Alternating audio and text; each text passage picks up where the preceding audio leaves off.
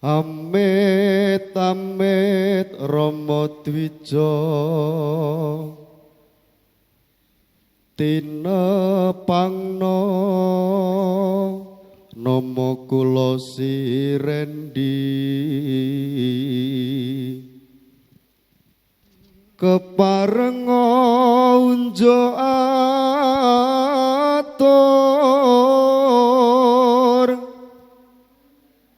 dene prokateng siswa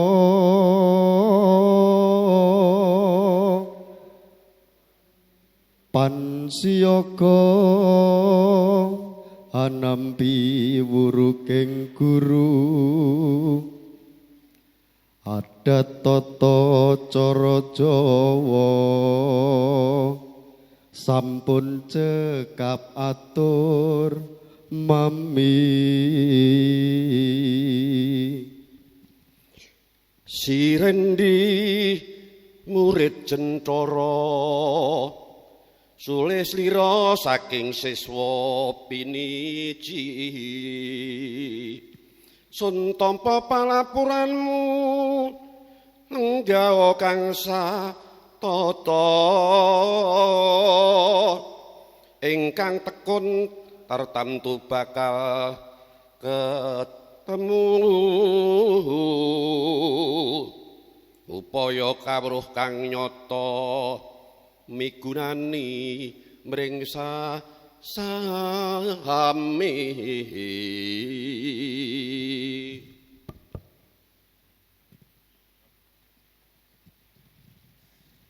Assalamualaikum warahmatullahi wabarakatuh. Waalaikumsalam warahmatullahi wabarakatuh. Sih tentrem rahayu nugroho wilasaning Gusti ingkang maha welas tuwin maha asih mugya sanitya langgeng tumedhak tumanduk kajiwa lan kasarira dumateng jiwangga panjenengan sedaya dalasan kula Waradin Sagung dumadi Niskala Satuhu. Para kadang siswa kinasih sumangga kula aturi jumeneng.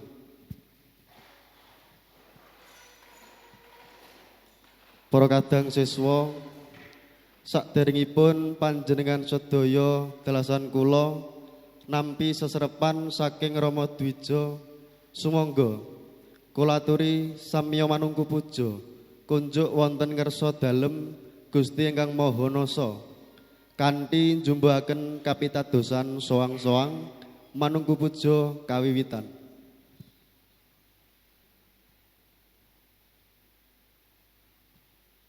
Manungku puja parana para kadang siswa kinasih dipun lajengaken kados adat sabenipun inggih menika lancaran permadani kuncara sumangga.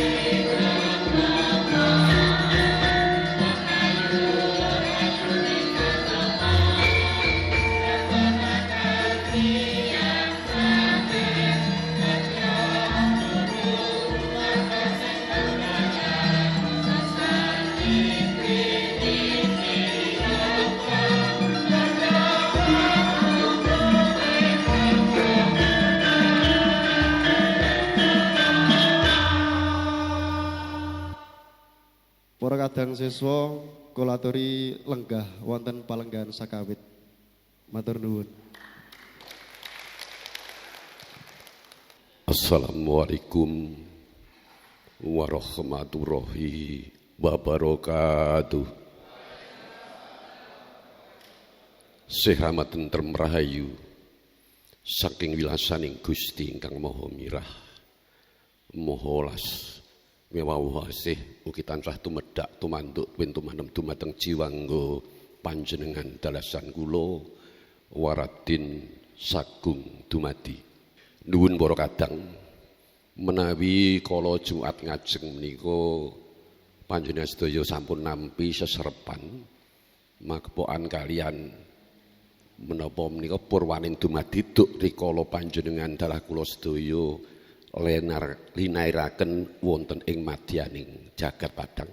Pramila salajengipun kula badhe nerasaken sesambungani kalian seserepan kala wingi. Dados jagat menika kapirang dados 3. Nun inggih lokapana, lokamadya, dalah lokabaka. Lokapana menika jagat Padang mratelaken bilih wonten ing titi wanci menika wonten punang jabang bayi ingkang nembe lair saking guwa garbanipun ingkang ibu mijil wonten ing jagat Padang pirsa padanging jagat menika ingkang sepisan. Dados lokapana ing salajengipun lokamadya. Lokamadya menika sasampunipun punang jabang bayi dewasa ngancik alam kadiwasan menika sinebat lokamadya.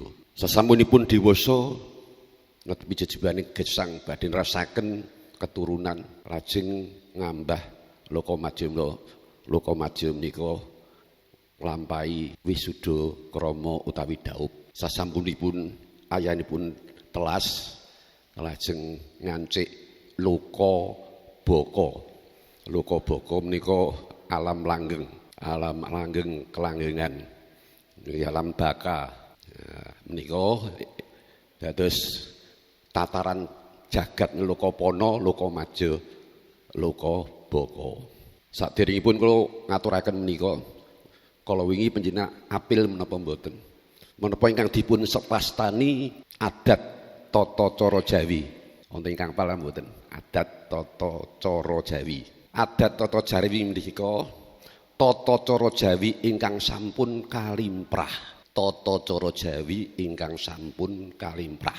Ing salajengipun sasampunipun kula ngaturaken menapa menggah wau ingkang kula aturaken menika ndungkap serat ingkang angka gangsal rum tata cara mangsa tatap. Tata cara mangsa tatap. Sasampunipun manungsa menika ngancik alam kadiwasan saged mbentenaken antasipun putri dalah jalu menika kagungan katresnan dumateng pawistri nunggih tiyang estri. Lajeng manjing wing tata cara mangsa tatap. Tata cara tatap ing mangsa tatap inggih menika tata cara palakrami. Sepisan utawi angka setunggal. Ndodhok kori. Sasampunipun ndodhok kori lajeng lamaran nembung 3 paning setan soliru kalpika. Sasampunipun paning setan soliru kapita keadanan siraman angka ingkang sekawan. Angka gangsal midodareni utawi puruhita nyantri utawi nyantri gangsal 6 panggih ingkang 7 sepasaran ngunduh manten utawi ngunduh mantu ing panganten utawi sinebat boyong penganten. Jadi ngunduh mantu ing penganten ugi sinebat boyong panganten.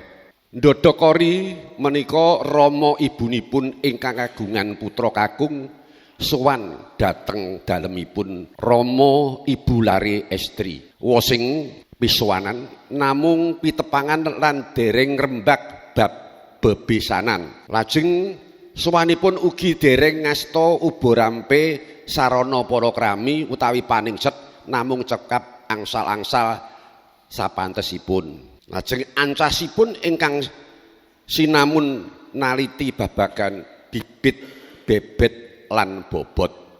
Bibit, bebet lan bobot. Bibit menika keturunan. Dados rikala sowan ingkang pungkasan menika ingkang angka gangsal nggih. Jangan menika ancasipun mirsani bibit. Bibit mengaten, Pak. Keturunan. Genetika. Bibit menika. Bebet menika klebu ingkang sugih bondo donya. Dos pundi kalyaanipun utawi kasugihanipun tiyang sepuhun dos pundi. Lajeng bobot menika saking pawiyatan. Upami tiyang SD Najano Ayu nami bobotipun kirang pikantuk S1 napa S2 kan imbang napa mboten. Lah nika bobot. Paling mboten nggih minim nek per S1 nggih pikantuk SMA. Nika radi caket mboten jomplang. Menika Pak bobot, bibit, bebet, bobot.